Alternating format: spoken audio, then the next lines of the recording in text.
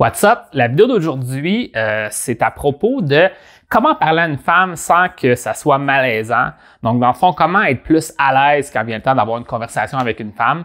C'est une question qui vient d'un de mes abonnés ici, que je vais pouvoir lire sa question. Dans le fond, je vais lire sa question, puis je vais donner des pistes de solutions vis-à-vis de ça. Si tu t'es déjà senti un peu mal ou mal à l'aise quand vient le temps de échanger avec une femme, peut-être que même que tu as des blancs dans la conversation, puis tu te demandes qu'est-ce que je dois faire pour régler ce problème-là, ben c'est la vidéo pour toi aujourd'hui. Donc, je vais lire sa question, puis je vais donner quelques conseils vis-à-vis de ça. Donc, allons-y avec la question. Salut William, je compte rencontrer une femme prochainement et je dois t'avouer que je trouve ça vraiment malaisant quand je rencontre quelqu'un que je connais pas. Je te dis ça dans le sens que j'ai de la misère à trouver des sujets de conversation et à m'exprimer tout en étant à l'aise. Aurais-tu quelques conseils à me donner? Donc voilà, ça c'est la question de cet abonné. Première chose que j'aimerais dire vis-à-vis de sa question, c'est que qu'est-ce qu'il aimerait avoir, tu sais, dans la question qu'il a posée, c'est les sujets de conversation. Je veux savoir les sujets de conversation, puis ça va régler mon problème. Puis pour être honnête avec toi, je crois pas que c'est ça le problème. Ça pourrait être une partie du problème, puis je vais peut-être te donner quelques conseils plus tard dans la vidéo, mais je te dirais que c'est pas la première chose que j'ai envie de traiter dans la vidéo. Donc, c'est mon vidéo, c'est ma vidéo. Donc, je vais te donner mon premier conseil en premier. La première chose qu'il faut réaliser, c'est se sentir mal à l'aise dans une situation, puis aussi sentir que c'est mal à l'aise pour l'autre, tu sais. Dans le fond, qu'est-ce que toi, tu peux faire là, dans ce genre de situation-là, c'est comprendre pourquoi tu te sens mal à l'aise dans la situation, puis aussi comprendre ton pouvoir d'influence sur l'autre quand vient le temps d'interagir avec elle. Donc, qu'est-ce que je veux dire par ça? C'est que en tant que personne, peu importe là, que tu es un homme qui veut parler à un autre homme ou un homme qui veut parler à une femme, tu as un pouvoir d'influence en ayant ta présence, en communiquant avec un autre, de la façon que tu interagis, dans ton langage non verbal, dans ce que tu dis, dans la façon que tu communiques en général. Puis ça va influencer les autres à la positive ou à la négative. Ils vont avoir des perceptions de toi, ils vont avoir des perceptions des messages que tu leur envoies, par exemple. Donc, ça, c'est important de comprendre ça, qu'on est dans un monde de perception. Les gens interagissent avec toi puis ils vont se faire une idée de qu'est-ce qui se passe, tu comprends? Puis souvent, quand tu comprends ça, ça veut dire que tu peux influencer les perceptions à la positive ou à la négative, tu sais. Puis la première chose que je te dirais de faire, c'est essayer d'éliminer les comportements qui pourraient ou même les pensées qui pourraient t'emmener à faire que les gens te voient à la négative, qui sont influencés négativement. Donc, la première chose que je te dirais de faire, ce serait de essayer de comprendre pourquoi tu te sens mal à l'aise ou que c'est étrange de rencontrer une femme, ou par exemple, des trucs comme ça, puis essayer de te questionner sur ça pour pouvoir trouver des solutions dans le futur, tu sais.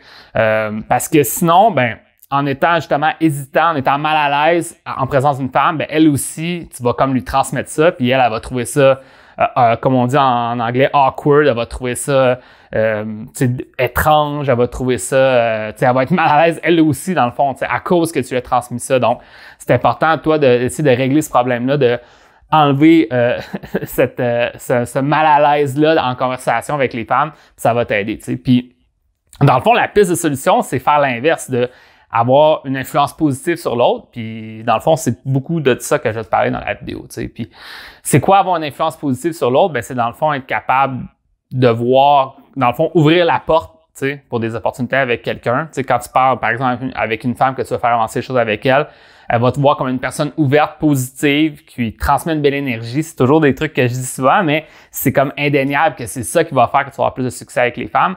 Donc, faut travailler sur ça, tu sais. Puis, moi, il y a quelque chose que je donnais beaucoup comme conseil dans les années passées, que j'utilise moins cette terminologie-là, mais je veux t'en parler aujourd'hui. C'est le concept d'être un homme qui vaut la peine d'être connu. C'est quelque chose que je traitais dans le passé. Dans le fond, ça vient, c'est un peu une traduction libre là, de termes anglophones qui dirait par exemple l'entitlement. L'entitlement, c'est savoir que tu vaux la peine de parler à cette femme-là ou d'être avec cette femme-là. Tu sais. Puis ça, valoir la peine d'être connu, c'est pas juste une perception que tu devrais modifier, mais ça devrait être un sentiment que tu as en toi. Je sais pas comment est-ce que je veux dire. Dans le fond, si toi, tu sens que présentement, tu ne vaux pas la peine d'être avec cette femme-là, trouve des façons de progresser dans ta vie pour pouvoir te sentir que tu vaux la peine d'être connu, puis que cette femme-là, elle vaut la peine d'être dans ta vie, tu sais. Puis ça peut être de plusieurs façons, tu sais. Ça peut être tout simplement en faisant plus de rencontres. Quand tu vas faire plus de rencontres, tu vas bâtir ta confiance, puis tu vas te sentir plus à l'aise avec les femmes, donc tu vas mieux comprendre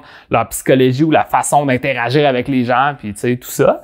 Une autre façon aussi de te sentir plus à l'aise là-dedans, de te dire, je suis plus confiant dans ma façon d'interagir ou dans ma façon d'avoir du succès avec les femmes, ben c'est peut-être aussi travailler sur toi. Dans le fond, faire certaines prises de conscience.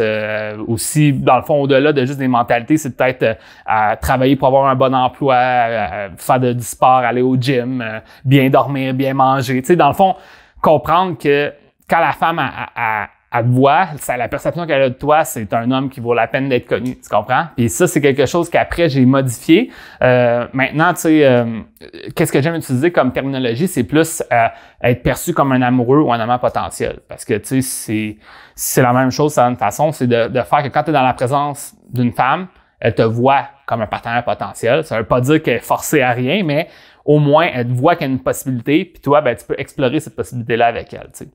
Donc là, c'est une longue explication pour parler des malaises en conversation, mais c'est juste de comprendre que une bonne partie du problème d'avoir le malaise, c'est toi peut-être qui manque de confiance dans tes habiletés à rendre une femme intéressée à toi ou de juste d'être intéressant aux yeux des autres. T'sais. Puis ça va être quelque chose que tu pourras travailler à travers tes expériences, vivre plus d'expériences. Un autre truc relié à ça, dans le fond, que moi je parle beaucoup, puis que ça va pouvoir t'aider aussi en conversation, c'est en général le problème des gens qui sont trop stressés ou qui justement qui se posent des questions comme ça, c'est qu'ils ont mis la barre très haute. T'sais. Par exemple, je sais pas quoi dire en conversation, je veux le meilleur sujet, sinon ça fonctionnera pas, etc. T'sais. Puis souvent, un des trucs pour réussir en conversation, c'est parfois baisser la barre. Dans le fond, c'est donner la permission de parler du sujet, que t'es pas sûr que ça va être un bon sujet, mais on va l'explorer, puis whatever, puis au pire, on changera de sujet. Dans le fond, rester libre dans la conversation, mais aborder des nouveaux sujets, puis pas laisser ça dans le silence. Puis évidemment, un silence, c'est pas la fin du monde. Si toi, t'assumes que t'en vaut la peine, ben, au final, si un silence, c'est pas juste de ta faute. Ça se peut qu'elle aussi, elle a rien à dire. Donc, on garde un silence, tu regardes un peu autour de toi, puis t'attends que la conversation reprenne. T'sais. Des fois, t'es pas obligé d'être là à chaque seconde en train de dire quelque chose, dans le fond. T'sais.